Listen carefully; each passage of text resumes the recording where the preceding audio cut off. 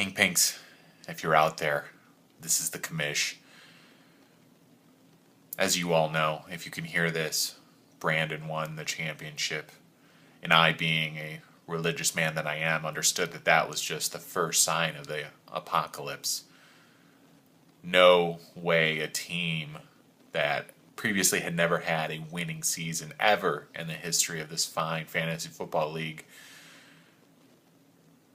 would then go on to win the championship and have its only winning season. I knew instantly that that was the first sign of the apocalypse, so I've hunkered myself down in a bunker. I'll shed some more light on the situation. I don't want to reveal it. There's obviously marauders out there pillaging the earth. I don't know how many of you are out there, if you're listening to this or even available, but we are rapidly approaching.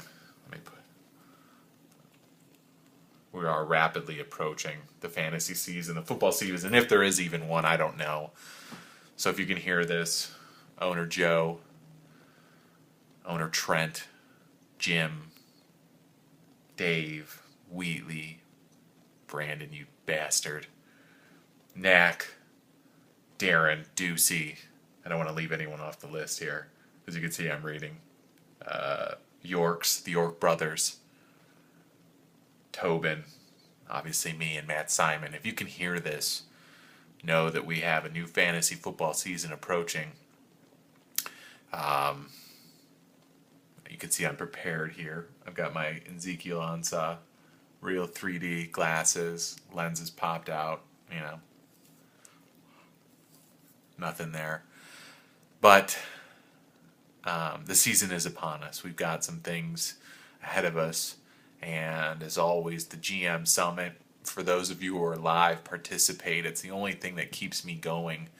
And I know probably many of you think that, well, Commish, we saw you at the Wheatley's nuptials. No, you didn't, my friends. No, you didn't. That was a hologram. That's right. They can hologram Tupac at Coachella. They can bring the Commish to Orange Grove or Walnut Grove. So, yeah. I decided to stay here in the bunker, fortifying myself, reading all the posts that are out there about fantasy football and just trying to stay alive, eating canned goods, pooping in a bucket, those sorts of things. But yes, the GM Summit is there. So this is your call. Email me your ideas for the GM Summit for this coming year. Anything that you'd like to improve up. That was accidental. Hopefully they don't see the smoke coming from that, the marauders. But anything that you think that could improve upon this year. Actually, let me just turn on some light here. I don't like to do it. Don't want to save some power on the generator. But it's worth it for you guys. It's worth it. So yeah, what I'm saying is that we've got 2 weeks. So that's today is the 10th. If this goes out on the 10th, we've got 2 weeks. So effectively the 24th, submit all of your fun facts and things that you want to change, and we'll have a commish send out a poll for everyone to vote on with their things. Just as a recap, let's remind everybody the rule changes that are going to happen. The much debated keeper cap. That is going into effect this year. So this year will be the first year of the keeper cap. Just as a refresher, it's a 3-year cap. If you retain the same player for 3 years, that player at the end of the 3rd year goes back into the free agency pool, or the draft pool. If they're traded during that 3-year tenure, the team holds on, that they get their cap year. So if you trade it in year 2, they only get 1 year left. But if it's dropped, it gets reset. Okay, if the player gets dropped, it gets reset. So that is the biggest rule change. Also, too, we're adding tackles for loss as a point. So keep that in mind when you're scouting defensive players. Also, too, I just wanted to make a clarification. We did the draft pick trade deadline which was heavily debated. I think we found a resolution to it when I was talking with Trent about it and some of the other owners. The way we voted on it was just that the draft pick deadline was week 6, and much like the regular player trade deadline was week 10. Now, following the same format as the player trade deadline, the week 10, the deadline date is actually the Wednesday after week 10. Last year, I think it was the 14th. This year, it's the 13th of whatever month that is, October maybe. I'm not sure. Anywho, so I think that we're all on board. I think it just kind of came up, and everyone had a differing opinion, much like a lot of the stuff that we've put into play these last few years. There's a few different opinions, but I think most importantly is that we all understand that the draft pick trade deadline is still week 6, and that means that we'll follow that the Wednesday after week 6. So once all the games are done, that's your final deadline to get in before the games start that Thursday heading into week 7. Just like the player trade deadline will mirror that. That way there's no confusion.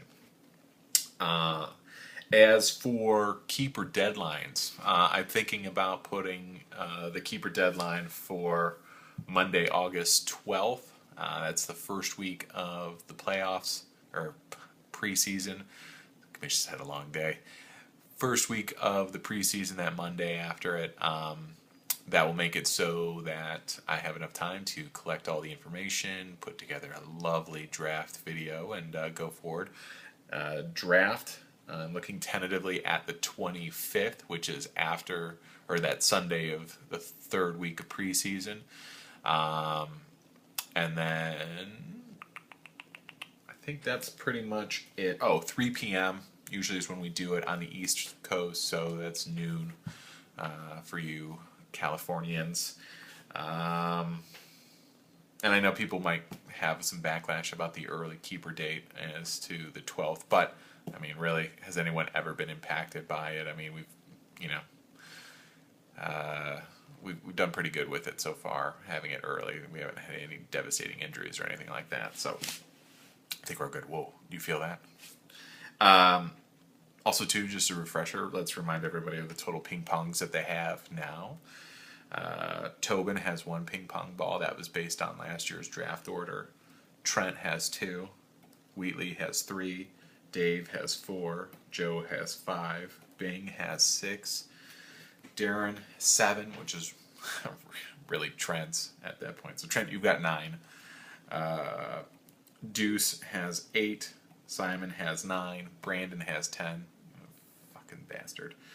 York has 11. I have 12 ping pong balls. Jim has 13. And Knack has 14. So right now, league leader in the clubhouse for the first pick is Knack. Also, too, let's review some of the traded draft picks from last year. Trent gets Joe's 5th, 4th pick, and Joe gets Trent's 7th, 6th pick. Trent gets Darren's 2nd, 1st pick, and the 5th, 4th pick from Darren. Way to go, D. Knack gets Jim's 4th, 3rd. I get Trent's 11th, 10th. It's tasty right there. That's money time, baby. York gets Brandon's 4th, 3rd, and I get Deuce's 4th, 3rd. So that's a little recap. Pinks, let's get ready for another fantastic fantasy football season. I'll see you in the message boards, and I'll see you in 3D. Boom.